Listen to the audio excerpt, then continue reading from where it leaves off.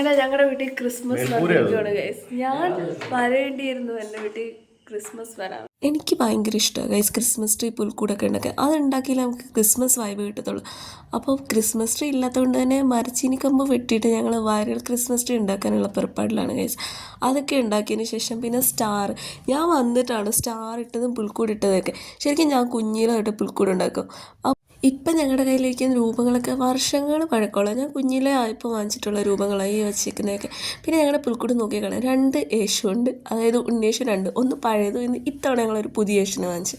അത് ഞങ്ങൾ പുൽക്കൂടൊക്കെ സെറ്റാക്കിയിട്ട് candle light dinner പോലാണ് ഞാൻ അറേഞ്ച് ചെയ്തതെങ്കിൽ അങ്ങനെ ഒത്തില്ല. ക്യാൻഡിൽ കത്തിച്ച് വെച്ചിട്ടുള്ള ഒരു ഡിന്നർ സെറ്റായിട്ടുണ്ട്. പിന്നെ അമ്മ കുറേ കറിയൊക്കെ ഉണ്ടാക്കിയിട്ടുണ്ടായിരുന്നു, ചിക്കൻ ബീഫ് ഒക്കെ ഉണ്ടാക്കിയിട്ടുണ്ടായിരുന്നു. അതൊക്കെ കൂട്ടിയിട്ട് ഞങ്ങളെല്ലാവരും കൂടെ ഫുഡ് കഴിക്കാമെന്ന് വെച്ചിരുന്നു. ശരിക്കും എല്ലാവരും കൂടി ഇരുന്ന് കഴിക്കുന്ന വീഡിയോ ഒക്കെ എടുക്കണമെന്ന് പറഞ്ഞിട്ട് ഇരിക്കുമായിരുന്നു. പക്ഷേ എനിക്കത് പറ്റിയില്ല. എനിക്ക് ശരിക്കും ഈ ക്രിസ്മസ് ഡേയേക്കാളും ക്രിസ്മസ് ഈവാണ് ശരിക്കും ഇഷ്ടം. പിന്നെ അരുണും നന്ദും മാത്രം ഫുഡ് കഴിക്കുന്നത് മാത്രമേ എനിക്ക് വീഡിയോ എടുക്കാൻ പറ്റിയിട്ടുള്ളൂ. എനിക്ക് ഈവ് ഭയങ്കര ഇഷ്ടം. ഇത് പിന്നെ ക്രിസ്മസിന് അന്നാട്ടോ ഞാൻ വീഡിയോ ഒക്കെ എടുക്കാൻ വേണ്ടിയിട്ട് കുളിച്ച് ഡ്രസ്സൊക്കെ ഇട്ട് മറ്റേ ഫോട്ടോ ഒക്കെ എടുക്കാൻ വേണ്ടിയിട്ട് റെഡി ആക്കുകയാണ്.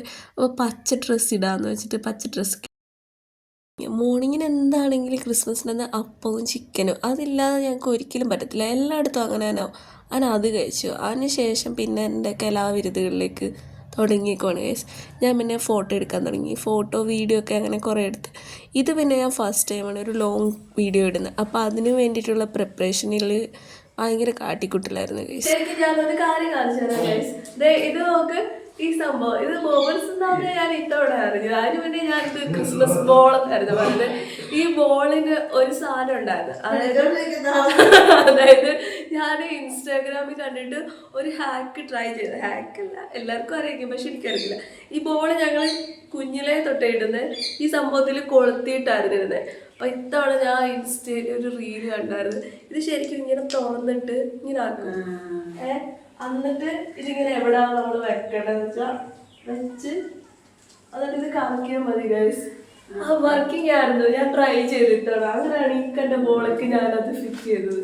പിന്നെ ഞാൻ കൊളുത്ത് പൊട്ടിയതൊക്കെ സെലക്ട് വെച്ചെടുപ്പിച്ചു, അത് അഡ്ജസ്റ്റ് ആക്കി പുറത്ത്. അപ്പോൾ എല്ലാവർക്കും ഹാപ്പി ക്രിസ്മസ്.